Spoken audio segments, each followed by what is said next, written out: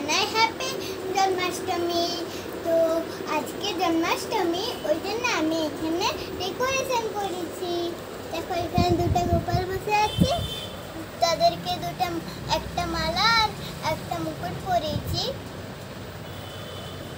এখানে দেখতে পাচ্ছ আমি ডেকোরেশনে বেলুনস লাগিয়েছি। আর এখানে দেখো কত রকমের খাবার আছে। এখানে একটা কেক আনিয়েছি আমি, মানে এটা মটকার মতন বটে আর কি।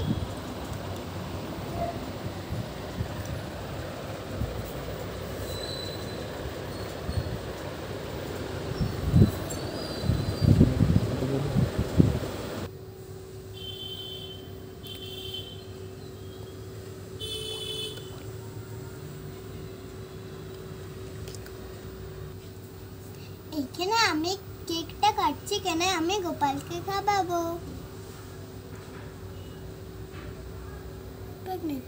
বের করো, পিসটা বেরিয়ে যাও, বের করো। হ্যাঁ, এই হাতে চাকুটা এই হাতে ধরো, ডান হাতে ওটা তুলো, পুরোটা তুলো। হ্যাঁ, এবারে দুজন গোপালকে খাওয়াও।